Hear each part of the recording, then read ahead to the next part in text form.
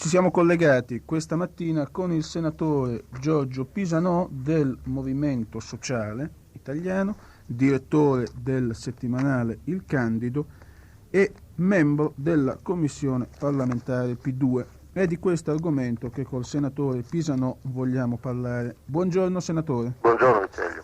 Ecco, di lei si è parlato abbastanza in questi giorni, mi pare di capire. La sua visita a Londra, il fatto che ha assistito quantomeno, comunque ha parlato con Clara Calvi, la vedova del banchiere del Banco Ambrosiano, e suo figlio, e le dichiarazioni che quella si sono potute leggere sui vari giornali. Per esempio ne leggo una che ho ricavato da un dispaccio dell'ANSA di venerdì scorso. Il rappresentante del Movimento Sociale in seno alla Commissione P2 ha incontrato la famiglia Calvi a Londra all'inizio della settimana e ha deciso di rendere pubblico il contenuto delle conversazioni. Io comincerei di qui. Che cosa significa deciso di rendere pubblico? In cosa consistono queste sue conversazioni con la vedova Calvi e suo figlio? Io devo fare una premessa. Io mi sono deciso a andare a incontrare la vedova Calvi, anzi dovevo andare a Washington. L'appuntamento con la signora Calvi inizialmente era a Washington. All'ultimo momento fortunatamente mi ha fermato dicendomi che invece lei andava a Londra e quindi potevamo vederci a Londra. Ecco perché sono andato a Londra. E dovevo andare a Londra con i figli perché dovevano fare degli affidavit per il loro avvocato londinese. No, io mi sono deciso a questo passo quando mi sono accorto che per un complesso di fatti, di circostanze chiaramente non casuali ma deliberati, la Commissione si stava impantanando. Cioè si stava impantanando in che senso? Che non ci arrivano i documenti che noi chiediamo da certi magistrati, a certi magistrati, e non si prendono le decisioni che secondo me si devono prendere per concludere in una qualche maniera questi lavori. Caso specifico, gli interrogatori della signora Calvi. Noi sapevamo che i magistrati erano andati a interrogarla, sapevamo che avevano riempito decine, io credo che siano circa 200 fogli, 200 facciate di deposizione firmate dalla signora Calvi, ma quando la Commissione, dietro pressione costante e continua, soprattutto nostra del Movimento Sociale, la Commissione ha richiesto questi documenti ai magistrati milanesi, è venuto giù a Roma il procuratore della Repubblica Gresti, il quale ha detto alla Presidente Anselmi che la magistratura milanese non riteneva opportuno comunicare alla Presidenza della Commissione, alla Commissione, la deposizione della signora Calvi perché devono fare accertamenti, perché là. Noi intanto sapevamo, perché erano sfuggite notizie varie e poi c'erano state delle interviste fatte dal corrispondente della stampa di Washington, Caretto, alla signora, che questa aveva fatto delle dichiarazioni molto pesanti, molto importanti.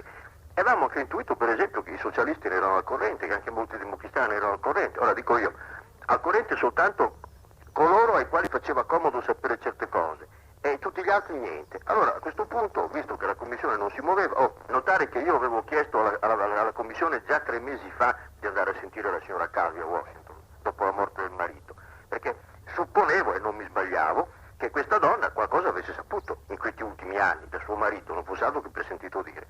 Allora mi sono mosso. Perché mi sono mosso io? Perché finché si muovono i giornalisti come giornalisti e pubblicano le notizie sui giornali, la Commissione può anche non prenderne atto. Se non arrivano i documenti della magistratura, la Commissione ufficialmente non sa niente. Se la Commissione non si muove di propria iniziativa e non raccoglie elementi, non sa niente lo stesso. Però se un componente della Commissione si muove, va, cerca, indaga, poi torna in Commissione e dice io ho scoperto questo, quest'altro, lo mette a verbale, a questo punto la Commissione deve prendere atto di fatti nuovi, di circostanze nuove, di episodi nuovi. Allora mi sono mosso io. Qualcuno mi ha detto, anzi lo diranno, penso in sedi anche ufficiali, che io non rispetto certe regole del gioco. No, me ne frego, non le rispetto proprio certe regole del gioco. Io non sono stato mandato dai miei elettori o dal mio partito in quella commissione, così il mio amico di partito e collega Tremaglia, per tenere coperte certe porcherie. E poi sono convinto, oramai mi sono stufato con queste storie dei segreti istruttori. I segreti in questo paese servono soltanto per coprire delle mascalzonate paurose. Adesso facciamola finita. Adesso tutto quello che possiamo sapere lo raccogliamo e lo buttiamo in piazza. Questo è il preambolo. Quindi sono andato a Londra e mi sono incontrato con la signora Calvi. Il colloquio è durato tutto il pomeriggio di domenica 13, mi sembra, forse il 13 o il 14, e poi è continuato lunedì. Lunedì la signora è ripartita improvvisamente per New York con la figlia, ma è rimasto il figlio Carlo. E col figlio Carlo sono rimasto fino a sera tardi di lunedì, siamo andati a cena insieme. Intanto era arrivato Romano Cantore di Panorama, che quelli di Panorama avevano seguito, avevano pedinato la figlia, che era Anna, che era andata a Arezzo in provincia di Como ai funerali del padre, l'avevano pedinata e avevano scoperto dove era la madre. Qui ci siamo trovati, c'era anche Cantore, il quale infatti ha fatto quel servizio che ho fatto sul Panorama. Comunque io sono stato insieme tra madre e figlio, ci ho passato una dozzina di ore, più che sufficienti per sapere un sacco di cose. Perché io cosa ho detto alla signora Calvi e al figlio? Ho detto, sentite, per favore ditemi quello che avete detto ai magistrati, cioè quello che voi avete già verbalizzato con i magistrati, va bene?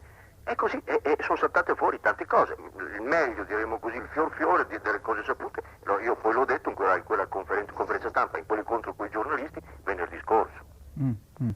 Ho capito. Senta, un punto dell'intervista che ho qui sotto mano, realizzata da Panorama, e vorrei da lei un minimo di conferma. Dunque, nell'intervista si dice, tra l'altro, che anche durante il processo di papà a Milano, sta parlando Carlo Calvi, e il papà evidentemente è Roberto, Ortolani mi telefonò molte volte. Ricordo una sua telefonata in particolare. Mi disse, : state tranquilli, ho parlato con quello là che ha parlato a sua volta con Andreotti e mi ha detto di dirvi che si risolverà tutto. La domanda di Panorama è: chi è quello là? E la risposta è: Gelli non veniva mai nominato col suo nome e cognome. Era una specie di accordo che rispettavamo parlando tra noi e con gli altri. Se io ricavo poi, da quello che ho ricavato dall'interrogatorio di Andreotti avrebbe detto che conosceva Licio Gelli e l'aveva ricevuto negli anni tra il 76 e il 79 esclusivamente come elemento accreditato dell'ambasciata argentina. Allora, qua mi pare che ci sia sicuramente una discrepanza tra le due affermazioni. Da una parte Andreotti che dice: io Gelli lo conoscevo solo nella sua virtù di diplomatico, e invece qua Carlo Calvi che dice no, con Gelli e Andreotti c'erano rapporti abbastanza precisi, tant'è che si facevano telefonate, favori, eccetera, eccetera. In commissione, com'è che quando avete interrogato Andreotti siete andati così calmi? Prima di tutto perché Andreotti è stato interrogato in commissione prima ancora di aver mai sentito la signora Calvi, e per me è stato un grande errore. Io infatti mi ero opposto all'audizione di Andreotti prima che si ascoltasse la signora Calvi, capo primo. Capo secondo, con tutto il rispetto per l'intelligenza di Andreotti, che è indubbiamente un uomo molto abile, molto intelligente, molto spiritoso, molto tutto, perché è il più in gamba di tutti i democristiani, Andreotti sta raccontando su questa storia un sacco di balle. Perché Andreotti, per esempio, disse, quando la signora Calvi cominciò a parlare dopo la morte del marito, a fare le prime ammissioni, disse: ah sì, la signora Calvi una volta dopo l'arresto del marito mi chiese di essere ricevuta perché voleva chiedermi dei consigli. Ma manco vero niente. Andreotti, 48 ore dopo l'arresto di Calvi, mandò Ciarrapico, l'editore Ciarrapico, suo uomo di fiducia, a Milano con un aereo privato a prendere la Calvi, la quale infatti venne a Roma con quell'aereo privato. A bordo di questo aereo c'erano Ciarrapico, Pazienza, il suo segretario Mazzotta, la signora Calvi, la figlia della signora Calvi, il fratello della signora Calvi, e fu ricevuto da Andreotti. Non fu la signora Calvi che aveva chiesto di andare al parlare con Andreotti, è stato esattamente il contrario. E Andreotti l'ha chiamata per far sapere determinate cose al marito, e cioè che Cuccia voleva entrare nel Banco Ambrosiano, che lui invece proponeva Bagnasco all'interno del Banco Ambrosiano, di stare calma, di stare tranquilla. In cambio la signora Calvi gli disse a Andreotti che lei non aveva in mano nessun documento compromettente, che questi documenti non erano in Italia, comunque erano all'estero. Di che documenti compromettenti si trattava? Si trattava tra l'altro di ricevute di uomini politici democristiani che avevano avuto centinaia di milioni da parte di Calvi.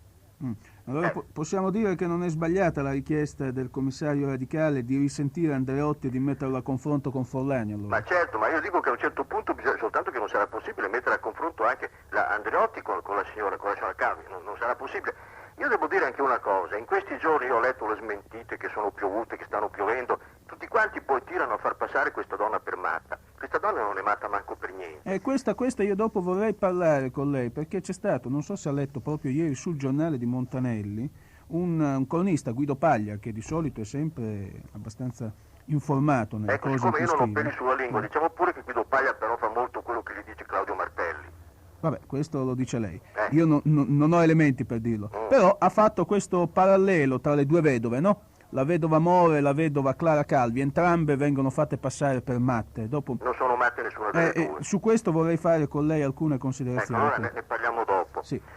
Torniamo invece al ruolo di Andreotti, così come lei ha potuto, come si può dire, accertare il ruolo Andreotti nella vicenda P2, Banca Ambrosiano, queste cose qua.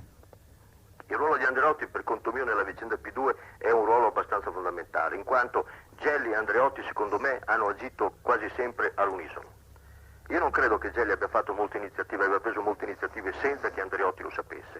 E Andreotti in questa storia torna fuori ripetutamente. Ora, io dico, io non ce l'ho su con Andreotti, per carità, a me Andreotti non mi ha mai fatto niente, dal punto di vista personale, dal punto di vista politico lasciamo perdere contro il mio partito, ma dico, io non ho niente contro Andreotti, però come mai nel racconto della Calvi, nei racconti di 10 altri testimoni che sono venuti a testimoniare in commissione, il nome di Andreotti viene sempre fuori, quel nome, non altri nomi. Ora, io quando sono andato dalla Calvi le ho detto, signora, lei si ricorda che suo marito avesse contatti con Tizio, Caio, Sempronio? Lei mi diceva sempre, no, non lo so, non mi risulta. Mi diceva, io le dico quello che so, io le dico quello che so, io le dico quello che ho dettato verbale con i magistrati. Il nome di Andreotti come viene fuori in questa storia? Viene fuori con la Calvi, dal racconto che lei fa del viaggio fatto a Roma. A notare, dopo essere andata da Calvi, andò anche da Craxi. Poi ne parleremo, va bene? Sì, certo. Andò anche da Craxi. Benissimo, va da Andreotti, ma il nome di Andreotti salta fuori in maniera ancora più drammatica, perché quando la Calvi mi racconta gli ultimi mesi di vita di suo marito, quest'uomo che arrivava a casa disperato, impaurito, terrorizzato, che si svegliava di notte, si metteva a piangere, cominciava a dire mi ammazzano, devi andare via, qui mi ammazzano, e lei diceva ma perché, chi è che ti minaccia? E lui diceva Andreotti, non diceva Pinco Pallino. Ho capito. Questa è una testimonianza diretta, dico, non si deve credere a questa donna. Io credo a quello che racconta questa donna, che non capisco perché dovrebbe raccontare fatti di questo genere con questo nome. Sì, ma perché prima lei diceva la commissione credo non potrà ritornare sui suoi passi per quanto riguarda Andreotti? No, io non l'ho mica detto, ho detto che la commissione probabilmente non potrà mettere a confronto la Calvi con Andreotti. Ah, ho capito per male. Per motivi allora. così di spazio. Ho capito. Parliamo allora adesso un attimo di Craxi. Qua è venuto fuori, secondo l'intervista che ha reso a Panorama la signora Calvi, che il Partito Socialista ha intascato quanto, non mi ricordo, 30 miliardi, ecco, 30 miliardi, e infatti questa è la cifra che avrebbe detto la stessa signora a Craxi, a Formica, 30 miliardi non sono una sciocchezza. Non sono uno scherzo. Non sono uno scherzo. E lei mi ha anche aggiunto che quando ho detto questa frase, guardavo in faccia Craxi, questo non ha battuto ciglio. Ecco, e lei è rimasta sorpresa, perché ha detto se non fosse stata vera sta storia avrebbe detto signore cosa sta dicendo. Poi, niente, non ha fiatato. Avendone ricavato dall'aver detto questa frase l'assicurazione che Craxi avrebbe fatto di tutto per aiutare il marito. Ecco. Ho aggiunto anche un'altra cosa la signora, sì? che al tavolino erano seduti lei, Craxi e Formica. E Formica, l'abbiamo detto E lei prima. guardava anche Formica perché si ricordava benissimo di tutte le volte che Formica era andato a battere casa da suo marito. E Formica era spesso andato a casa, appunto, a casa Calvi a Milano. Sì.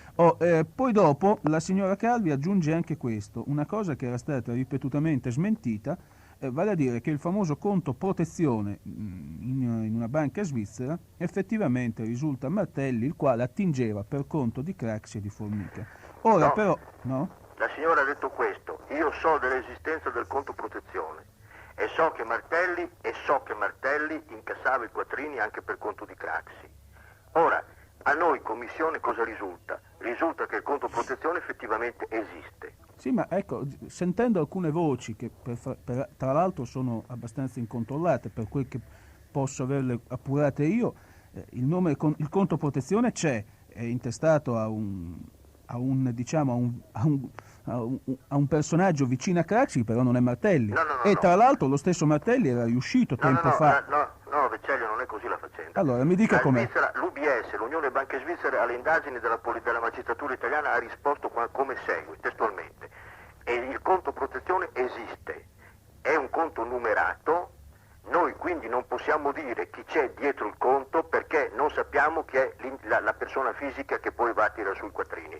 Noi possiamo solo dire che c'è e che esiste, punto e basta. Gli svizzeri non hanno detto no, il signor Martelli o il signor Tizio Caio non esistono. Loro dicono c'è questo conto, è vero, c'è, a questo numero è vero, esiste questo numero, però è un conto numerato, quindi non si sa la persona fisica che c'è dietro. Scusi, ma la banca svizzera non aveva rilasciato a Martelli una dichiarazione in cui negava di avere il suo nome tra i clienti? Già, ma questo non significa niente. Perché se io vado in Svizzera e apro un conto numerato e ho il conto numerato e qualcuno poi va a chiedere alla banca svizzera se io sono intestatario di quel conto, la banca svizzera giustamente risponde noi non lo sappiamo.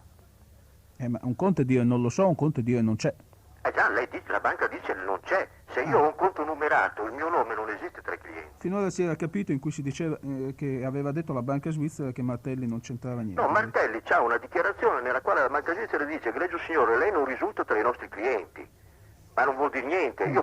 Martelli può avere 10 conti numerati in Svizzera e non risultare tra i clienti di quella banca. Ho capito. Un altro passaggio che mi ha incuriosito leggendo questa intervista.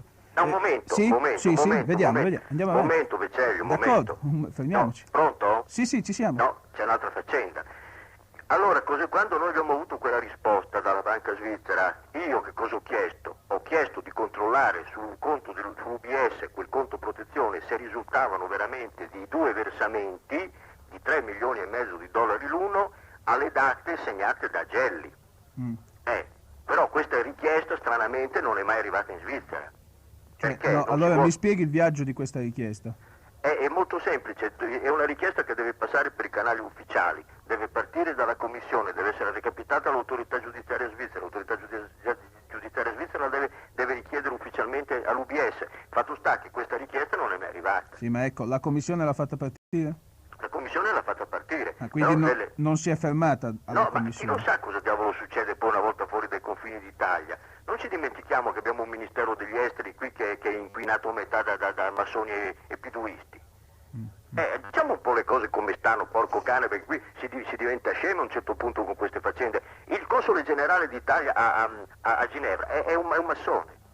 Il segretario generale della Farnesina, ma infatti è un massone e un piduista. Ecco, non per fare confusione, quando lei dice quello della Svizzera, massone o massone P2? Massone è un massone, ma infatti un P2, però parliamoci chiaro, non esiste nessuna differenza, nessun confine tra massoneria e P2, su questo ormai non c'è discussione. Però una differenza voi l'avete fatta, eh? No, noi non l'abbiamo fatta. Noi come commissari. Noi continuiamo a dire che non è vero, che non c'è nessuna differenza, tant'è vero che abbiamo acquisito tutti gli incartamenti, tutti gli schedari della massoneria per effettuare tutti questi controlli. Appunto, però io infatti su questo volevo sapere, ed era una domanda che le volevo fare dopo, ma la faccio adesso invece, visto che è venuta.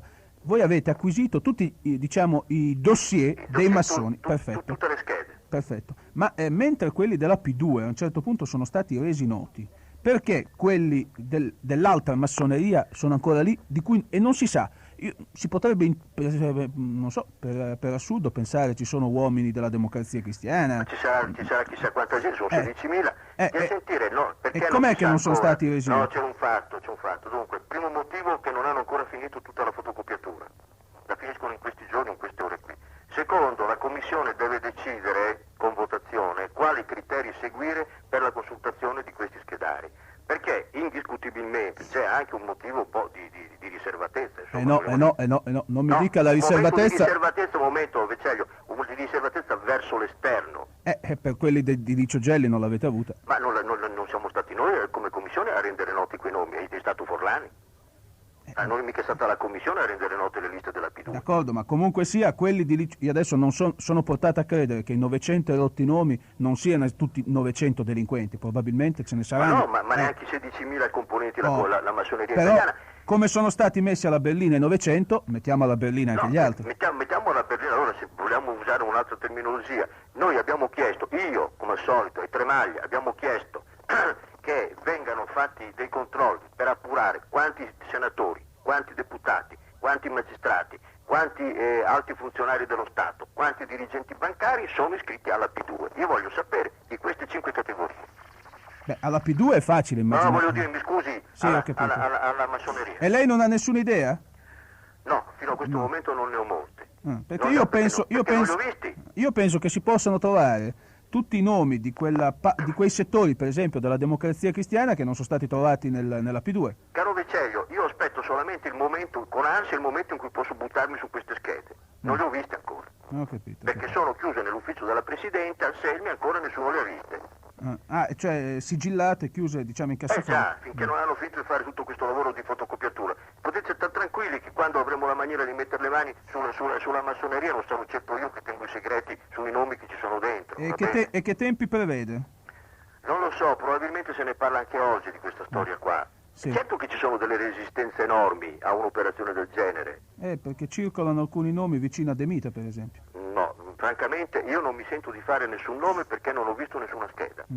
E penso che nessuno le abbia viste queste schede, parliamoci chiaro, poi nomi che girano, non le ha viste nessuno ancora le schede. Infatti io mi sono limitato a dire circolano, non mi azzardo a fare non possono circolare centinaia di migliaia. Io dico, quando li vedrò li dirò. Senta, a proposito di nomi che non vengono fuori, mi risulta che ci sono degli altri nomi di piduisti che però non sono ancora emersi. Questa famosa lista Trieste. È la vecchia storia dei 1600 nomi che mancano. Ma voglio dire, a Trieste sarebbero state trovate una lista che è in mano al magistrato, il quale avrebbe detto li ho mandati alla commissione, la commissione non li avrebbe ancora avuti. No, com'è sta storia? Il magistrato non ci ha mandato proprio niente, io sono andato a vedere e ha mandato un nome. E qual è questo nome? Quello del pilota, mi pare? Un nome che a me non diceva niente quel nome, non me lo ricordo neanche. Comunque non ha mandato nessuna lista di piduisti. Se la tiene lui in tasca? No, non c'è proprio. Ah, non c'è? No, non c'è proprio. Io non so come sia venuta fuori questa storia di questa lista, ma non c'è proprio. Fino adesso di liste noi abbiamo quella della P2. Poi avevamo acquisito i 1400 nominativi dei massoni messi in sonno durante la gestione Battelli. Ecco, lì sono venuti fuori dei nomi che sono stati detti anche però. Quindi lei mi esclude che ci sia per esempio questa lista triestina per adesso? No, la lista triestina non c'è. Ho capito. Proprio, ma non esiste, non è stata trasmessa nessuna lista. Torniamo un attimo a questa intervista di Clara Calvi. A un certo punto dice che Pazienza era un agente della CIA con compiti direttivi, che anche Monsignor Marcinkus lavorava per la CIA e che prendeva ordini da Pazienza. Sì, questo l'ha detto anche a me. Questa è una cosa piuttosto simpatica, sapere che c'è Monsignor Marcinkus, agente della CIA. C'ha qualche elemento in più oltre a questo dell'intervista? Io ho soltanto questa frase che mi ha detto la signora. Ma la signora come faceva a saperlo? Dice che l'ha sentito raccontare da Pazienza, ha anche detto che la base che la scuola di istruzione della CIA è a Panama, ma non può capire se è vero. Non lo so, sono quelle cose che io mi sono sentito dire, ecco, che penso che siano anche nei verbali.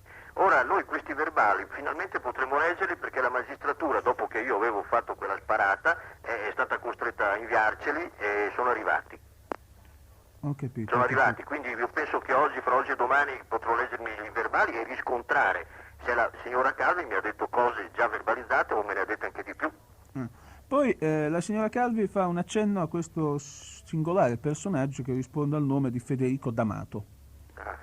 Lei cosa ci dice a proposito di questo personaggio? Di Federico D'Amato lei mi ha detto, mio marito l'aveva in simpatia, io sapevo che era uno spione e l'ho sempre sospettato come uno spione. Questo mi pare che sia ormai un fatto acclarato, insomma. Ecco, però dice che l'aveva proprio sospettato di brutto, tant'è vero che quella volta che andò ad Arezzo, nella loro villa, D'Amato disse che è stato invitato, invece la signora dice che è arrivato, mi ha detto che è arrivato là senza essere invitato, e che quando è andato via è andato a guardare fin sotto le poltrone e i tavoli per vedere se c'era attaccato qualche trasmittente.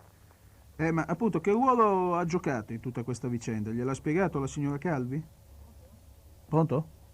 Pronto? Qui è successo qualcosa. Pronto? Pronto? Ecco, era saltata momentaneamente la linea. Un momento. Mi diceva dunque il bravo D'Amato. Il bravo D'Amato ha fatto il suo mestiere. Io come dal punto di vista professionale ho una grande stima del dottor Federico D'Amato perché credo che sia l'unico vero poliziotto di questo paese. Va bene, però devo anche dire che il signor D'Amato è il depositario di tutti i segreti di questa Repubblica. Appunto, in tutti gli affari loschi viene fuori il suo nome. Loschi o meno loschi, quando uno è il capo degli uffici affari riservati di un Ministero degli Interni, in un paese che ormai è un paese di polizia, è un regime di polizia, per forza sa tutto. E ne sa tanto che anche quando è stato sciolto l'ufficio affari riservati, lui ha continuato, e l'ha confermato, l'ha detto, se ne è vantato, giustamente, che io ho continuato a fare i servizi informazioni per tutti i ministri che si sono succeduti dopo lo scioglimento dell'ufficio affari riservati.